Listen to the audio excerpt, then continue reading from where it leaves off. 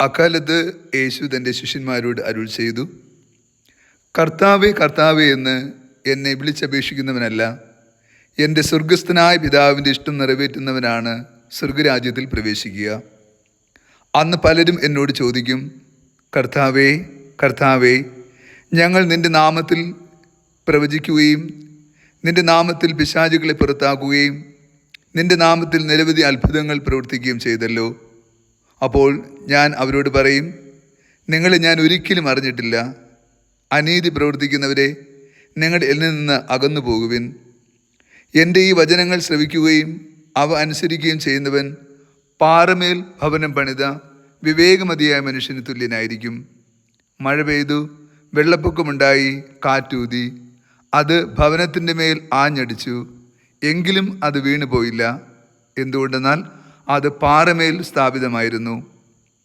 എൻ്റെ ഈ വചനങ്ങൾ കേൾക്കുകയും എന്നാൽ അത് അനുസരിക്കാതിരിക്കുകയും ചെയ്യുന്നവൻ മണൽപ്പുറത്ത് ഭവനം പണിത ഭോഷനായ മനുഷ്യന് തുല്യനായിരിക്കും.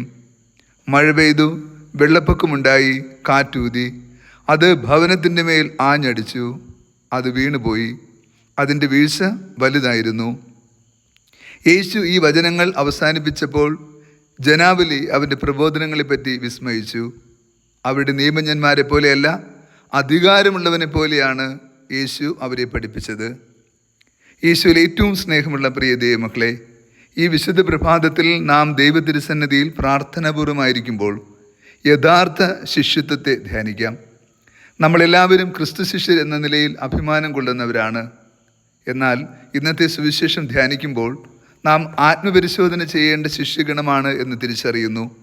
അവിടെ യഥാർത്ഥ ശിഷ്യൻ എപ്രകാരമാണ് തൻ്റെ ഗുരുവും നാഥനുമായ ക്രിസ്തുവിന് അനുയോജ്യമായി ജീവിക്കേണ്ടത് എന്ന് പറയുന്നു. കർത്താവേ കർത്താവേ എന്ന് വിളിച്ചപേക്ഷിച്ചത് കൊണ്ട് മാത്രം നമ്മൾ ക്രിസ്തു ശിഷ്യരാവുകയില്ല.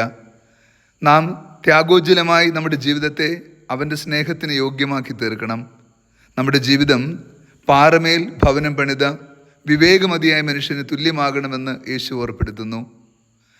മണൽപ്പുറത്ത് ഭവനം പണിത ഭോക്ഷനായ മനുഷ്യൻ്റെ ദുരന്ത ജീവിതം സുവിശേഷം ഇന്ന് നമുക്ക് കാണിച്ചു തരുന്നു. പ്രതിസന്ധികളുണ്ടായി, കാറ്റൂതി, വെള്ളപ്പൊക്കമുണ്ടായി, അതിൻ്റെ മേൽ ആഞ്ഞടിച്ചു, ഉടനെ അത് വീണുപോയി. ആ വീഴ്ച വലുതായിരുന്നു എന്ന് ക്രിസ്തു ആവർത്തിച്ച് പറയുന്നു. ഓർക്കുക പ്രിയ ദൈവമക്കളെ, നാം ദൈവത്തിൻ്റെ സ്നേഹത്തിൻ്റെ തണലിൽ എന്ന് നിലനിൽക്കുവാൻ വിളിക്കപ്പെട്ട ദൈവജനമാണ്. നാം ആകുന്ന ഭവനം വീണുപോയാൽ സത്യത്തിൽ വീണു പോകുന്നത് നമ്മളിൽ അഭയം പ്രാപിച്ചിരിക്കുന്ന ഒരു പിടി വിശ്വാസ സമൂഹം കൂടിയാണ്. ഒരു വ്യക്തി വഴിതെറ്റുമ്പോൾ അതോടൊപ്പം അനേകരുടെ വിശ്വാസ ജീവിതത്തിന് പതനം സംഭവിക്കുന്നു. അത് വലിയൊരു ദുരിതമായിട്ടാണ് ക്രിസ്തു ഇന്നത്തെ സുവിശേഷത്തിൽ ഓർപ്പെടുത്തുക. നമ്മൾ കൂടുതൽ ശ്രദ്ധാലുക്കളായി ഈ ലോകത്ത് ജീവിക്കുവാൻ വിളിക്കപ്പെട്ടവരാണ്. ക്രിസ്തുവിൻ്റെ നാമത്തിൽ അവൻ്റെ വചനം ആവർത്തിച്ച് നമ്മൾ പങ്കുവയ്ക്കുകയും പ്രഘോഷിക്കുകയും ചെയ്യുമ്പോൾ അത്ഭുതങ്ങളും അടയാളങ്ങളും സംഭവിക്കുന്നു എന്ന് കരുതി നമ്മൾ സമാധാനിച്ചുകൂടാ. ഇന്നത്തെ സുവിശേഷത്തിൻ്റെ ആദ്യഭാഗത്ത് അപ്രകാരമാണ് പലരും വന്ന് യേശുവിനോട് പറയുന്നു, നിൻ്റെ നാമത്തിൽ ഞങ്ങൾ വചനം പ്രഘോഷിച്ചു, അത്ഭുതങ്ങളും അടയാളങ്ങളും പ്രവർത്തിച്ചു, നീ ഞങ്ങൾക്ക് സുപരിചിതനാണ്. യേശു പറയുന്നു, ഞാൻ നിങ്ങളെ അറിയുക പോലുമില്ല. എത്രയോ വേദനാജനകമായ അനുഭവമാണത്. ഒരു യുഗം മുഴുവനും ക്രിസ്തുവിന് വേണ്ടി അവൻ്റെ വചനത്തിന് വേണ്ടി ജീവിച്ചു എന്ന് അഭിമാനം കൊള്ളുകയും എന്നാൽ ക്രിസ്തു നമ്മെ അറിയില്ല എന്ന് പറയുകയും ചെയ്യുന്ന അനുഭവം നോക്കൂ. ക്രിസ്തു നമ്മെ അറിയണമെന്ന് പറയണമെങ്കിൽ നമ്മുടെ വാക്കിലൂടെ അല്ല, പ്രവൃത്തിയിലൂടെ അല്ല, ജീവിതത്തിലൂടെ ക്രിസ്തുവിനെ ലോകത്തിന് കാണിക്കാൻ സാധ്യമാകണം. നമ്മുടെ ഹൃദയം കാണുന്ന ദൈവത്തിൻ്റെ തിരുസന്നിധിയിൽ നമ്മുടെ ജീവിതം നിർമ്മലമാകണം. നാം ഉറപ്പുള്ള വിശ്വാസമുള്ളവരും പതറിപ്പോകാത്ത പ്രതീക്ഷയിൽ ജീവിക്കുന്നവരുമാകണം. നമ്മുടെ ജീവിതം കുറച്ചുകൂടി സാക്ഷ്യമാകുമ്പോൾ മാത്രമാണ് ഈ ലോകത്തിന് നമുക്ക് വെളിച്ചം പകരാൻ കഴിയുക.